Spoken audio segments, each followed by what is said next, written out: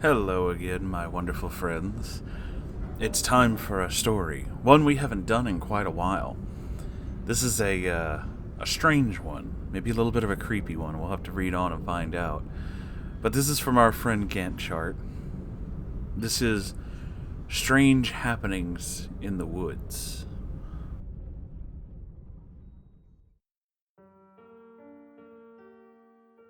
Hello, Moonhorse. Hello, Sango, and the rest of the Celestial Herd.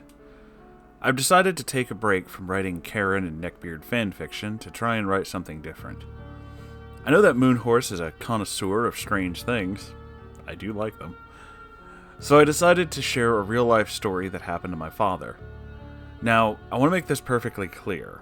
The story is a lot different from the ones that are normally on Moonhorse's Reddit page. There are no Karens, there are no Neckbeards, there's not even a hoarding house involved. This is the different kind of strange. The kind of strange where you're woken up by your grandma at 3 a.m., and then you remember that your grandmother's been dead for 3 years. I like creepy stories. I used to read a bunch of them. I know a lot of people who read this story may find what I'm about to tell you hard to believe.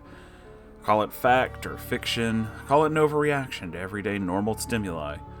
Once again, this is a strange series of events, but I figured this might make for an interesting story to share with the readers of this Reddit page.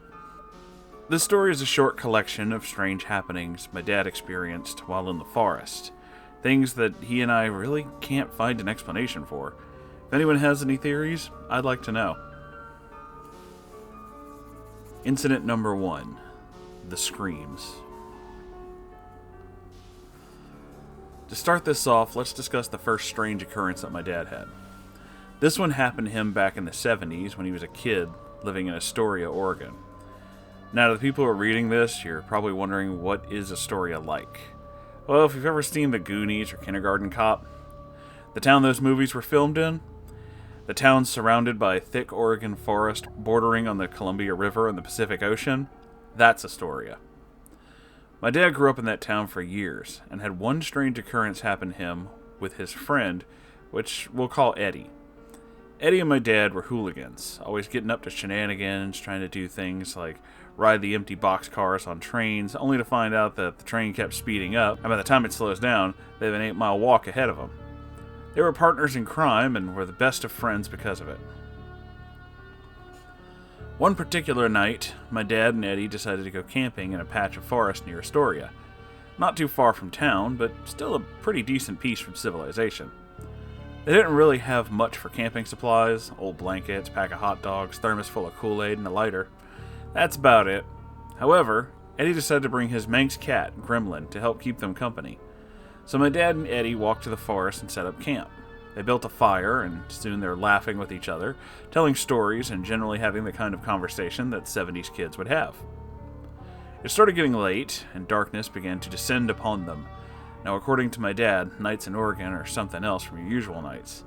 The thick pines, the forest vegetation, it all adds to a thick black wall of nothingness surrounding you in different directions. The only light they had was the glow of the fire.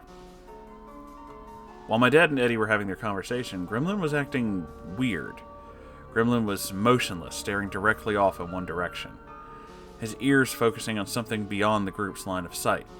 All the while, my dad and Eddie were hearing footsteps all around them, from the soft crunching of leaves and the general feeling that humans have when they're being watched.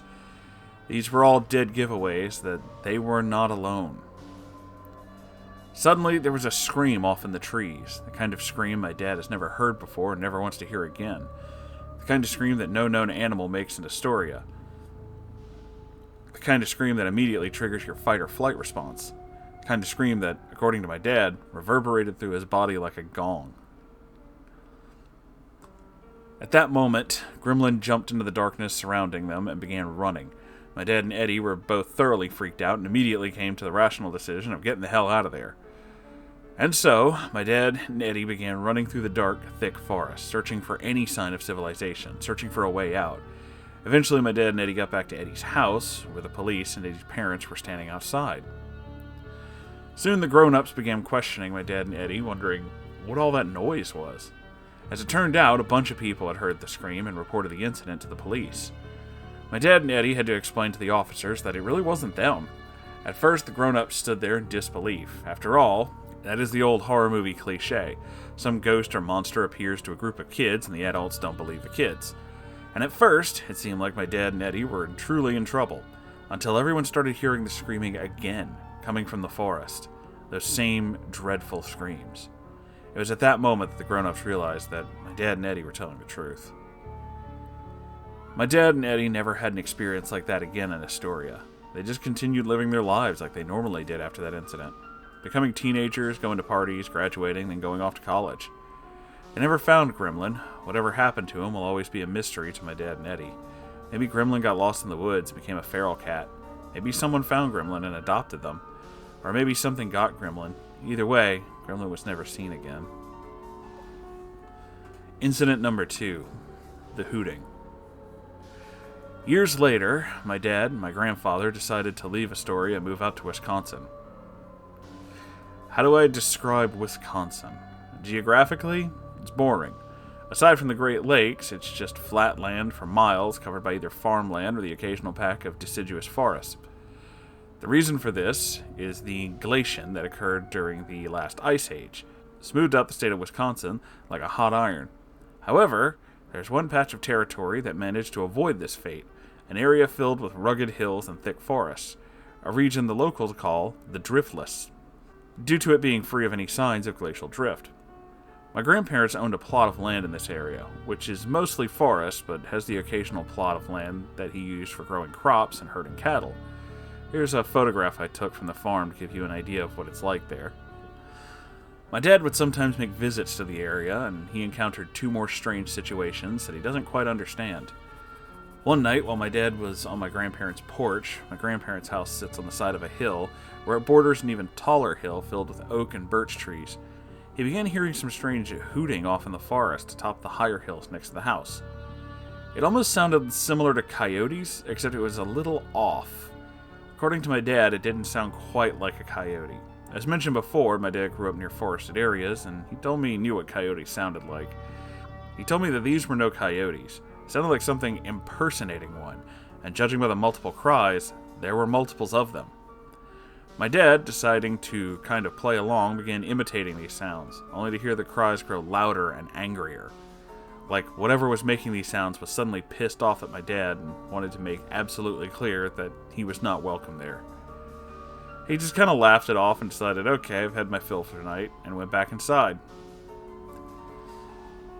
My dad was sleeping in the guest bedroom. He was sleeping peacefully late that night when suddenly he heard a loud bang coming from the house.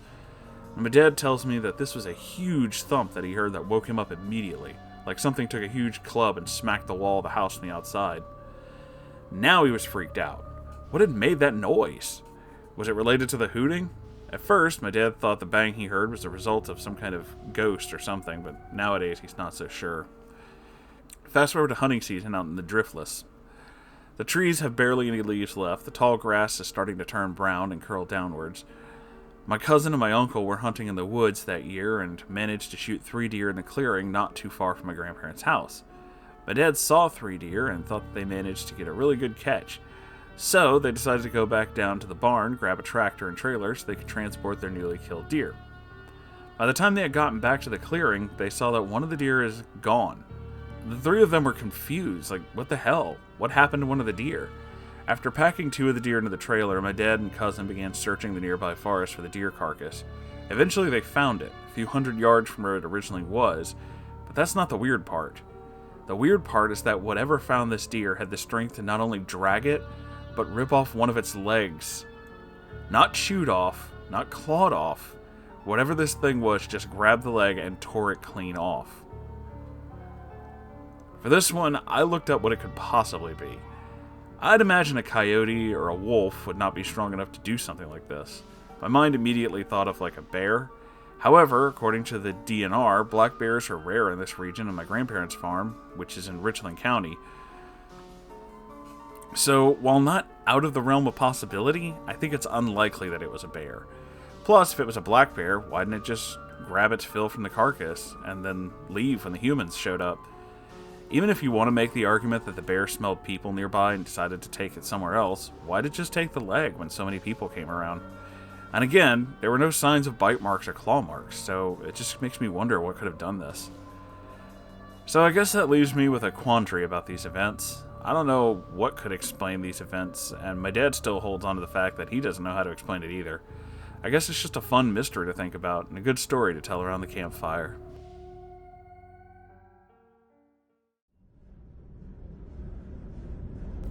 Ooh, those were really good, actually. I haven't done a good creepy story in a while, so I am really hoping that that these will show up more. I think I might have some more I can look into, but this was really good. And I don't know, man.